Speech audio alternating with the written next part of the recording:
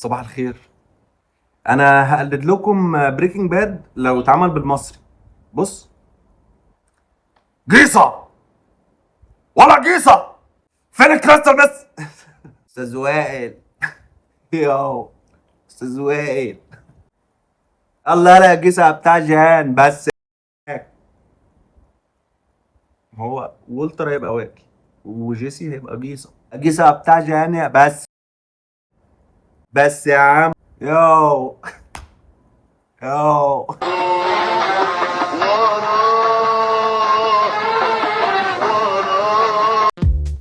اكتر كلمه هتلاقي اصلا جيسي بيقولها بس يا عم بس يا عم.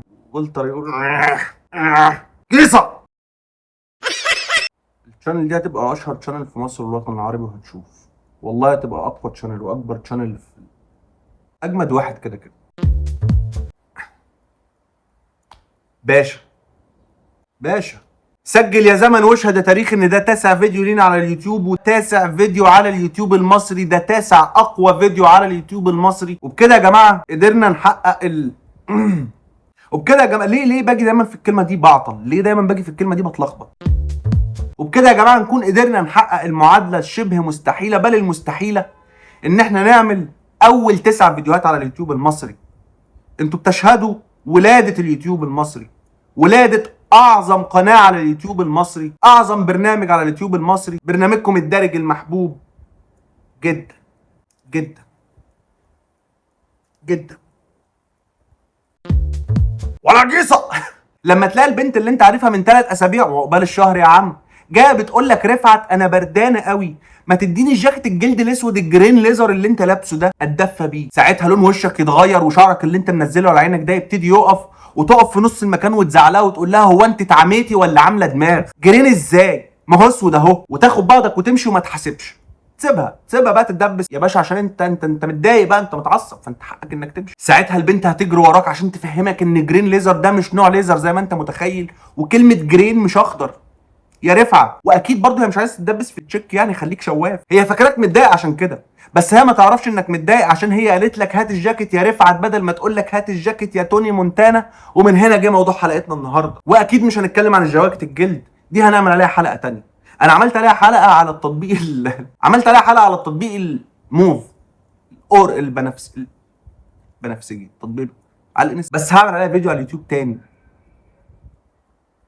جه بدري النهارده، سبحان الله سبحان الله. احنا النهارده هنتكلم عن التقمص. ودلوقتي اهلا بكم في برنامجكم الدارج المحبوب جدا جدا جدا، اقوى برنامج في الشبكه العنكبوتيه وخارج الشبكه العنكبوتيه في مصر والوطن العربي، في الشرق والشرق الاوسط.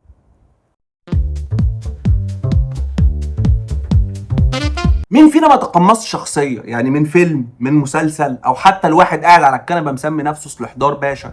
مفيش حد اسمه كده اصلا، مفيش حاجه اسمها كده. يعني انا فاكر ان اخر فيلم شفته للنجم القوي قوي تامر حسني، فضلت اسبوع بعدها بقول استمر بقى استمر، نفس صوت تامر حسني، بنفس اداء تامر حسني، بنفس كل حاجه. ايوه هو ده كده. طبعا اوعى حد يعمل كده، لان الموضوع ده ممكن يودي في 60 ده يا جماعه، والله بجد حركه مش روشه خالص. يعني ما تعملهاش مع حد، لا رجاله ولا ستات، ولا حتى مع اصحابك. يعني اوعى صاحبك قاعد تقول له ايوه استمر، لا يعني تلاقيه مره واحده زطك، هيزطك صاحبك، هيزطك. ولو بنت هتبلغ عنك ما فيهاش هزار، الا الحركات دي، الا الحركات دي بجد. محمد فراج لو شفته في اي لقاء في اي عمل فني، كل اللي هفتكره فين ام التذكره يا هانيه، ايه شفطيها ايه كده، اللي هو مجنون في تحت السيطره. احلى عمل فني محمد فراج، احلى عمل فني في العالم اصلا.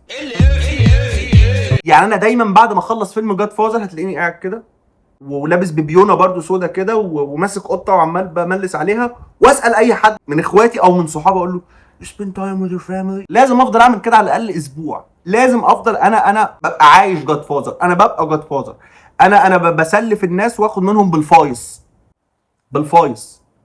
عارفين الفايس؟ بصراحه انا ما بسلفش الناس، لان برضو يعني الواحد برضو محتاج فلوس كتير قوي عشان يسلف الناس بالفايس. بس انا بكتفي بحته ان انا بلعب مع قط، يعني بفضل املس على قط ماشي. انا بس بكتفي بحته ان انا بقعد قط على حجري وافضل اعمل كده واقول spend time with your family. واحيانا بقول لو كان اكتر كمان، اللي هو دي صح. يعني انا اعرف واحد صاحبي بعد ما اتفرج على فيلم كلاشينكوف للفنان النجم محمد رجب، قعد فتره مقتنع ان صلاح عبد الله ده ابوه، وان هو ملوش اب ولا ام، وان كان غادة عادل برضه بتحبه في الفيلم وراح ضرب نار برضه على حوض في ايه الرسائل ما بتتباع دلوقتي ليه؟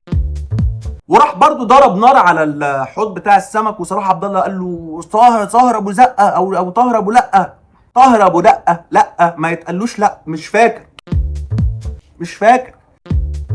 هو كان حاجه ابو دقه ما يتقالوش لا، كان بيتقال كده. وراح برضو المشهد ده، بس لما راح بقى الكباريه الجردات وقفوه.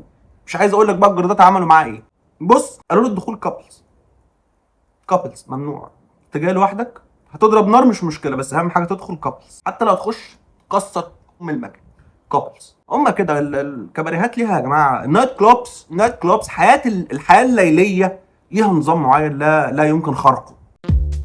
يعني مثلا في اوقات انا لازم اتصرف فيها زي ماجد المصري في مسلسل ادم لما كان بيمسك تامر حسني يقول له، وفي اوقات لازم الواحد فيها يبقى ماجد المصري في فيلم زنقه ستات مع الفنانه القديره فيفي عبده. كان في اغنيه في الفيلم ده بتقول له لا يا حمو. عايز اقول لك بقى الفيلم ده كان عامل ازاي، يعني فيلم جميل، انا بحب الفيلم ده جدا يعني. واسوأ انواع التقمص اللي احنا بنشوفه في حياتنا اليوميه وبيبقى موجود على السوشيال ميديا او السوشيال ميديم زي ما محمد عادل الزبال بيقول عليها، الناس اللي بتتقمص دور ستات. دي اوسخ وازنخ انواع التقمص اللي ممكن تشوفها في حياتك. مفيش اسوأ من كده، لا في بصراحه، لا والله مفيش، تصدق. وانا بقى عندي رساله لاي واحد بيتقمص دور واحده ست. خلصنا عبطنا بما فيه الكفايه. الموضوع ده مش روش وما بيضحكش ودمه مش خفيف، دمه اوعى تعمل كده بقى لو سمحت، اوعى تقلد الستات لو سمحت، ممكن. شكرا.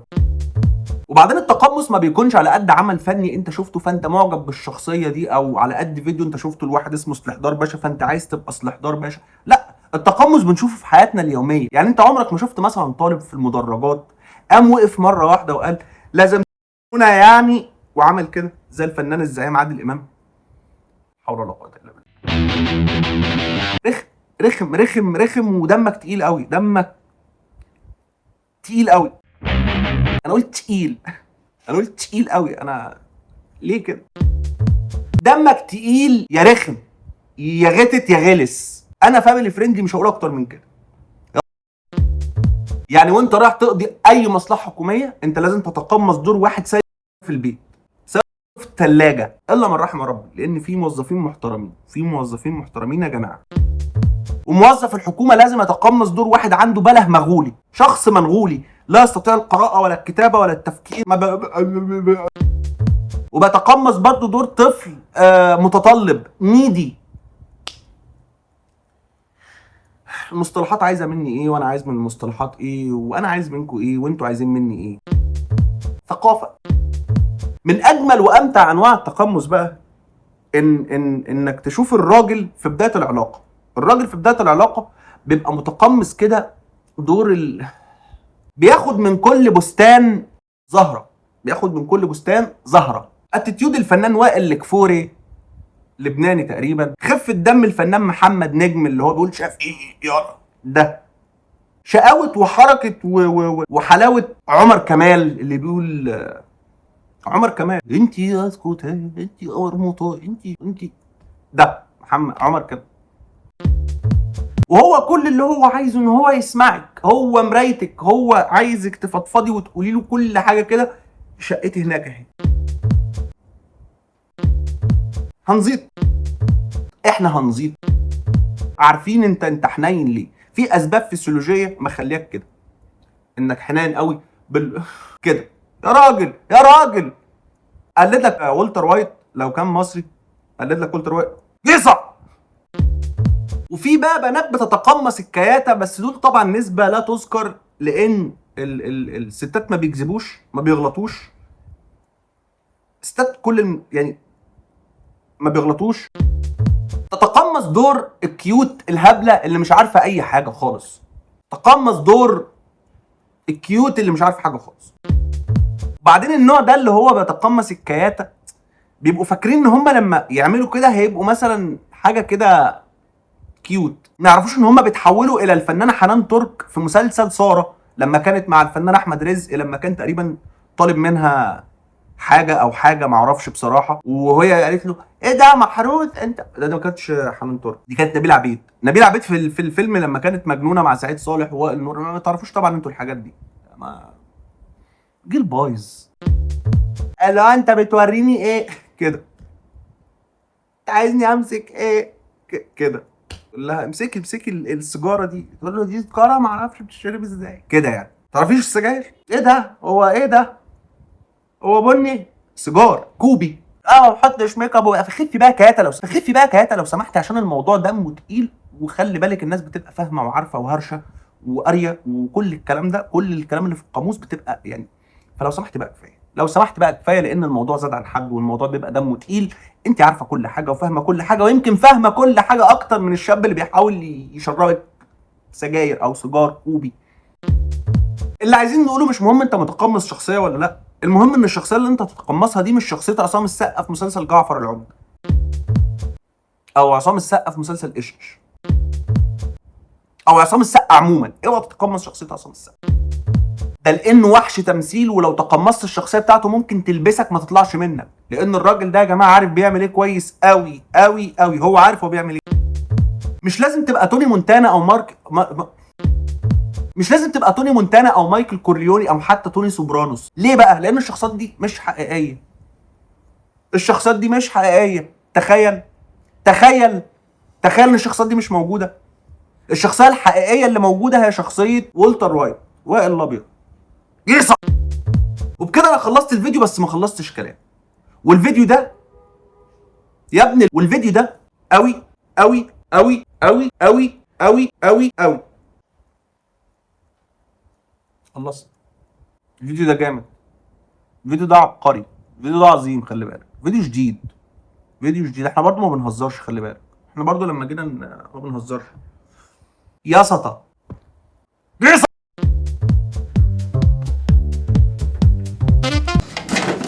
فين ام التذكره اللي كانت هنا؟